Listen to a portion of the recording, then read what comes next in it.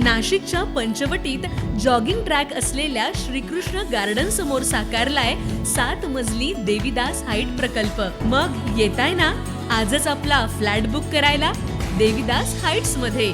आमचा मोबाईल क्रमांक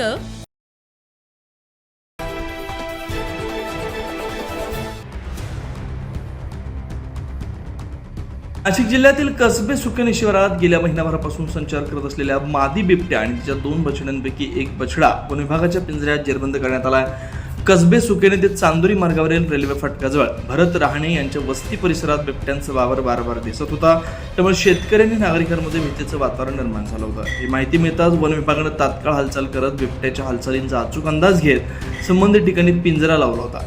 आज पहाटेच्या सुमारास पिंजऱ्याचा दरवाजा आपोआप बंद झाल्याचा आवाज येताच नागरिकांनी घटनास्थळी धाव घेतली, तर बिबट्याचा एक बछडा पिंजऱ्यात अडकल्याचं स्पष्ट झालं।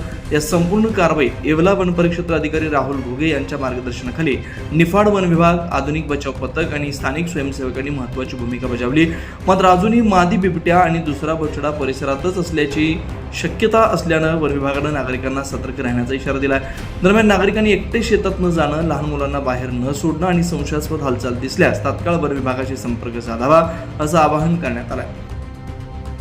न्यूज महाराष्ट्रासाठी प्रतिनिधी निलेश सगर, कसबे सुकेने।